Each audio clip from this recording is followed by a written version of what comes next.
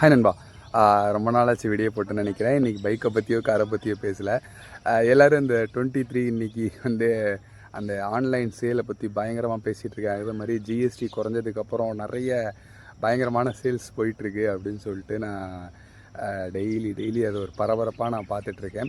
அதுக்கான வீடியோவை தான் நண்பா இருக்க போகுது. ஃபஸ்ட்டு வந்து இந்த மொபைல் ஃபோன்ஸ் வந்து ரொம்ப சீப்பாக கிடைக்குது. இந்த ஆப்பிளே வந்து 13, 14, 15 எல்லாம் ரொம்ப சீப்பாக கிடைக்குது அப்படின்னு சொல்லிட்டு சொல்கிறாங்க. இல்லை பயங்கர சேல்ஸில் போயிட்டுருக்கு. அப்படியே ஃப்ளிப்கார்ட்டில் உள்ள எல்லாமே வந்து அப்படியே விற்று தள்ளுறாங்க அப்படின்னு சொல்லிட்டு. ஃபஸ்ட்டு வந்து என்னென்னா நண்பா, நம்ம வந்து ஒரு ஃபோனோ ஒரு மொபைலோ வாங்கும்போது முன்னாடி ஃப்ளாக்ஷிப்பாக இருக்கலாம். ஒரு 1, 2 இயர்ஸ் 3 இயர்ஸுக்கு முன்னாடி இருக்குது. அது வந்து இப்போ ரேட்டு கம்மியாக வருதுன்னா ரொம்ப யோசிச்சு வாங்கணும் நண்பா. ஃபஸ்ட்டு வந்து அது அப்டேட்டு கிடையாது. கிட்டத்தட்ட 3 இயர்ஸுக்கு மேலே அந்த போயிடுச்சுன்னா அதோடய ஃபோனுக்கு அப்டேட் வந்து கொடுக்கறது ரொம்ப கஷ்டமாக இருக்குது. அதே மாதிரி அதோட பேட்ரி லைஃப் ஃபோன்லேயே கிட்டத்தட்ட 3 இயர்ஸுக்கு முன்னாடியே அது மேனுஃபேக்சரிங்காக இருக்கலாம். இல்லை மேனுஃபேக்சர் முன்னாடி ஒரு 2 இயர்ஸ் பிஃபோர் அந்த மேனுஃபேக்சர் பண்ண மொபைலாக இருக்கலாம். அது எல்லாமே ஒரு ஸ்டாக்கில் தான் இருந்துக்கிட்டே இருக்கும். அதுதான் நம்மளுக்கு தரப்போகிறாங்க. ஃப்ரெஷ்ஷாக ஒன்றும் மேனுஃபேக்சரிங் பண்ணி தரப்போகிறதில்ல.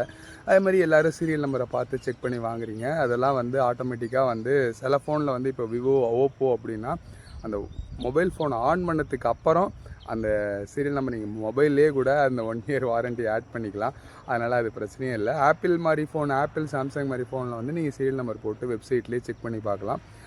ஆனால் என்னென்னா இந்த பேட்ரி, அதுக்கப்புறம் அதோட ஓஎஸ்ஸு அப்டேட்ஸ், செக்யூரிட்டி பேட்சஸ் இதெல்லாம் பார்த்து உங்களுக்கு ஓகே அப்படிங்கிற பட்சத்தில் வாங்கலாம். அப்புறம் இன்னொரு பிரச்சனை என்னென்னா வச்சுங்களேன் நண்பா, எனக்கு தெரிஞ்சு நான் 11R ஃபோன் என் தம்பி வந்து ரொம்ப நாளாக யூஸ் பண்ணிகிட்ருக்கேன். அது ரிலீஸ் ஆகிற அன்றைக்கே நாங்கள் வாங்கினோம்.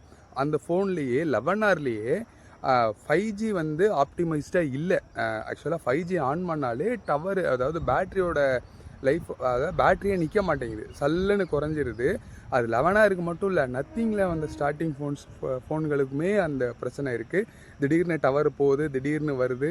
அது வந்து கொஞ்சம் அந்த ஆப்டிமைசேஷன் கொஞ்சம் கம்மியாக இருக்குது. ஏன்னா இப்போ உள்ள ஃபோன்ஸில் வந்து சூப்பராக இருக்குது. அதே என்னோடய ஃபோனில் X200ல் சூப்பராக இருக்குது. பேட்ரி சார்ஜ் நல்லா நிற்கிது. இது இருக்குது. நீங்கள் சொல்லலாம் நியூ ஃபோனு பேட்ரி நிற்கும் அப்படின்னு சொல்லிட்டு. இல்லை நண்பா, அது வந்து அந்த 5G ஆன் பண்ணதுக்கு அப்புறம் தான் இந்த இஷ்யூவே இருக்குது.